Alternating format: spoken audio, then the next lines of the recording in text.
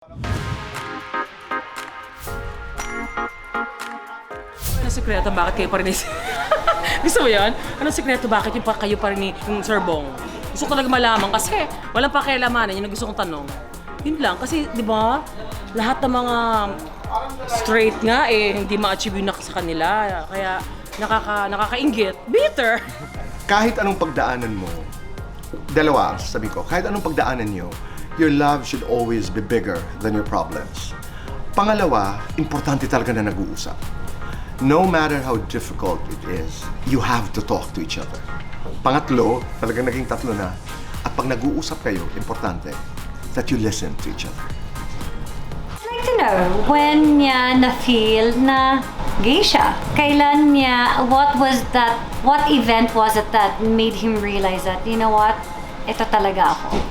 I had no coming out moment.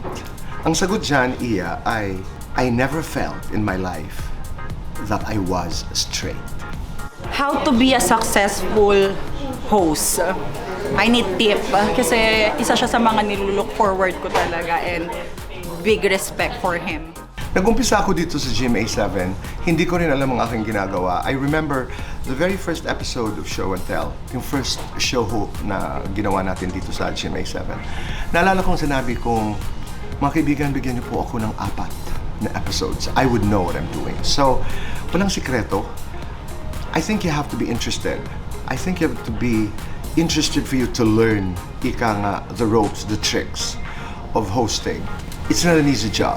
Kailangan mahilig ka magbasa, kailangan mahilig ka manood, kailangan mahilig kang hindi naman makialam, but you should be interested in how things are done. Ako ang ginawa ko, lahat yata ng klase ng interviews, whether print or video, pinag-aaralan ko paano kaya itinatanong ang mga tanong, paano niya ginagawa ito, paanong ginagawa niya pag umiiyak ang guest, paano itinatanong yung mga mahihirap na mga katanungan. And kailangan ito ng courage and humility. Napakahirap nun. Kasi kailangan malakas ang loob mo, but at the same time, you have to be humble enough to know all the time, always, that you don't know enough. There's always something new to learn. So, importante na you remain a student for the rest of your life. Gaano ka kayaman, Tito Boy? Bakit naman? Alam mo, B, katulad ng tinanong ko sa'yo, halimbawa, wala tayong trabaho bukas, will you be able to live a simple life for the rest of your life? Sagot ko dyan, oo. Kasi buong buhay ko, nag-ipon ho ako dahil inaalagaan ko po ang aking ina. Kwento lang, ang tatay ko po nung siya'y pumanaw sa loob ng taxi in the arms of his mother, ang lola ko po. Dumating kami doon sa ospital, San Juan de Dios. Hindi ho namin alam kung paano ilalabas ang tatay dahil wala ho kaming pera.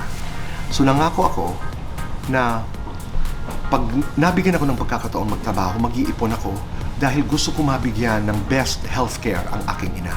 So I saved.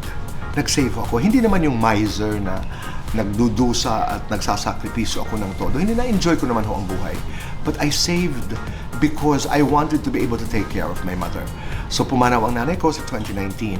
Ngayon kung tatanungin mo ako gaano ako kayaman, tama lang. Just enough for me to be able to live for the rest of my life simply. Paksiw pa rin po ang ulam ko. Kape pa rin po aking isinasabaw. Hindi magarbo ang aking personal na buhay. Kaya I have enough to last me this lifetime.